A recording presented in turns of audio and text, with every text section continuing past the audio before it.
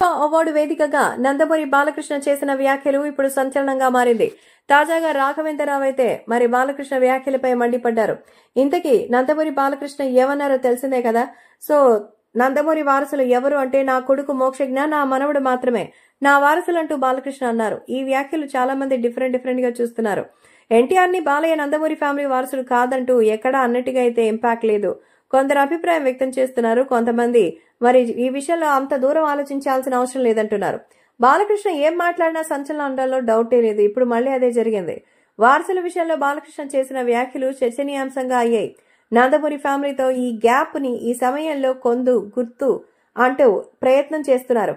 కానీ నందమూరి బాలకృష్ణ తనయుడు మోక్షజ్ఞ ఎంట్రీ గురించి చెప్పాల్సిన అవసరం లేదు. వచ్చిన సమయంలో స్వయంగా ఎన్టీఆర్ సోషల్ మీడియా ద్వారా తమ్ముడికి స్వాగతం పలికిన విషయం తెలిసిందే. సో కనుక నందమూరి ఫ్యామిలీ మధ్యలో మీడియా జరుగుతున్నట్టుగా ఎలాంటి విభేదాలు లేవనేదే నందమూరి ఫ్యాన్స్ ఈ సందర్భంగా చెప్పే ప్రయత్నం చేస్తున్నారు.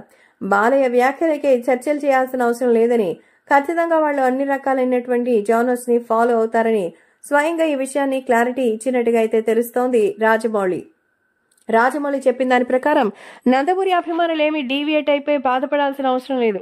అక్కడ ఇంకొక దాని కోసం ప్రయత్నించి ఆయనకి సంబంధించినటువంటి ఈ హైప్ కి ఎన్నో ఇబ్బందులున్నాయి.